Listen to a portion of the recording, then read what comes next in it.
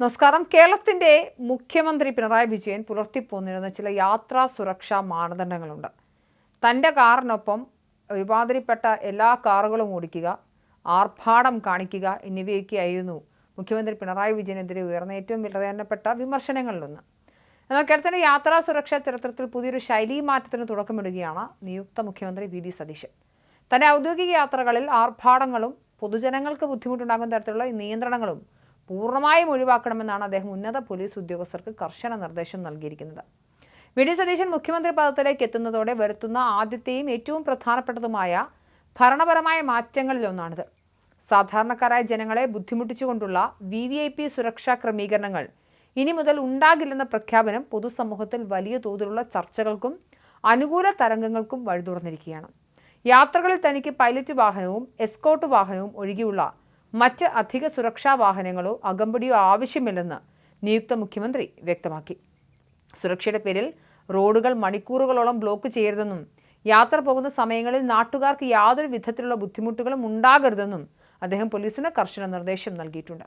യഥാർത്ഥത്തിൽ പൈലറ്റ് വാഹനവും എസ്കോർട്ട് വാഹനവും പോലും തനിക്ക് വേണ്ടെന്ന നിലപാടിലായിരുന്നു വി.ഡി. സതീശൻ.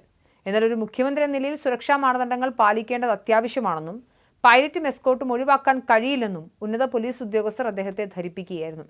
പോലീസിന്റെ ഔദ്യോഗികമായ അഭ്യർത്ഥനയും സുരക്ഷാ മുൻകരുതലുകളും മാനിച്ചാണ് ഈ രണ്ട് വാഹനങ്ങൾ മാത്രം നിലനിർത്താൻ അദ്ദേഹം ഒടുവിൽ അനുവാദം നൽകിയത്. മുൻ മുഖ്യമന്ത്രി പിണറായി വിജയന്റെ സുരക്ഷാ വാഹന വ്യൂഹവും അതുണ്ടാക്കിയ ഗതാഗത കുരുക്കുകളും വലിയ രീതിയിൽ വിവാദമായ പശ്ചാത്തലത്തിലാണ് വി.ഡി. സതീശന്റെ ഈ പുതിയ പ്രഖ്യാപനം ഏറെ ശ്രദ്ധേയമാകുന്നത്. മുൻ സർക്കാരിന്റെ കാലത്ത് വലിയ വാഹന വ്യൂഹ അകമ്പടിയോടെയുള്ള യാത്രകളും ആർഭാടം നിറഞ്ഞ കാറുകളും മുഖ്യമന്ത്രി പിണറായി വിജയൻ കടന്നുപോകുന്ന വഴിയിൽ പൊതുജനങ്ങളെയും വാഹനങ്ങളെയും തടഞ്ഞിടുന്ന രീതിയും കടുത്ത ജനവിമർശനത്തിന് കാരണമായിരുന്നു.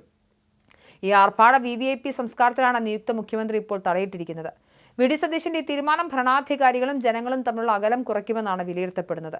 അധികാരത്തിന്റെ ആർഭാടങ്ങളില്ലാതെ സാധാരണക്കാരിലേക്ക് ഇറങ്ങിച്ചെല്ലുന്നൊരു പുതിയ ഭരണശൈലിയുടെ തുടക്കമായാണ് രാഷ്ട്രീയ നിരീക്ഷകരും പൊതുജനങ്ങളും ഇതിനെ കാണുന്നത്. അധിക സുരക്ഷയുടെ പേരിൽ ജനങ്ങളെ വഴിയാധാരമാക്കുന്ന രീതി അവസാനിപ്പിക്കാൻ പുതിയ മുഖ്യമന്ത്രി കാണിച്ച ആർജവം വലിയൊരു മാറ്റത്തിന്റെ സൂചന കൂടിയാണ് നൽകുന്നത്. അതേസമയം നിയുക്ത മുഖ്യമന്ത്രി വി.ഡി. സതീശന്റെ നേതൃത്വത്തിൽ സംസ്ഥാനത്ത് മന്ത്രിസഭാ രൂപീകരണ ചർച്ചകൾ സജീവമാകുന്നു. മന്ത്രിസഭാ രൂപീകരണവുമായി ബന്ധപ്പെട്ട് AICC general secretary KC Venugopal, Ramesh Chennithala, KPCC president Sunny Joseph എന്നിവരുമായി അദ്ദേഹം ഇന്ന് കൂടിക്കാഴ്ച നടത്തും. വൈകിട്ട് 4 മണിക്ക് ചേരുന്ന UDF യോഗത്തിൽ ഘടകകക്ഷി നേതാക്കളുമായും അദ്ദേഹം ചർച്ചകൾ നടത്തും. തന്റെ രാഷ്ട്രീയ നേതാവായ രമേശ് ചെന്നിത്തലയെ നേരിൽ കാണുമെന്നും സതീശൻ വ്യക്തമാക്കി. കഴിഞ്ഞ കുറച്ച് മിനിറ്റുകൾക്ക് മുൻപ് അദ്ദേഹം അത് പാലിക്കുകയും ചെയ്തു. എന്തായാലും മുൻ മുഖ്യമന്ത്രി പിണറായി വിജയൻ അദ്ദേഹത്തിന്റെ വസതിയിൽ പോയി അദ്ദേഹം സന്ദർശിച്ചതിന് ശേഷമാണ് രമേശ് ചെന്നിത്തലയുടെ വസതിയിലേക്ക് എത്തിയത്. 2016 പിണറായി വിജയൻ അധികാരമേൽക്കുന്നതിന് മുൻപ് ഉമ്മൻചാണ്ടിയെ സന്ദർശിച്ച കീഴ്വഴക്കം പിന്തുടർന്നാണ് എന്തായാലും ഈ കൂടിക്കാഴ്ച. എന്തായാലും വി.ഡി. സതീശൻ അധികാരത്തിൽ ഇറങ്ങണമെങ്കിൽ ഔദ്യോഗികമായി ഇത് തിങ്കളാഴ്ചയാവണം. സത്യപ്രതിജ്ഞ ചൊല്ലി അധികാരം പിടിക്കേണ്ടതുണ്ട്. എന്തായാലും അതിന് മുൻപ് തന്നെ അദ്ദേഹത്തിൻ്റെ ചില ശൈലികൾ മാതൃകാപരം തന്നെയാണ്.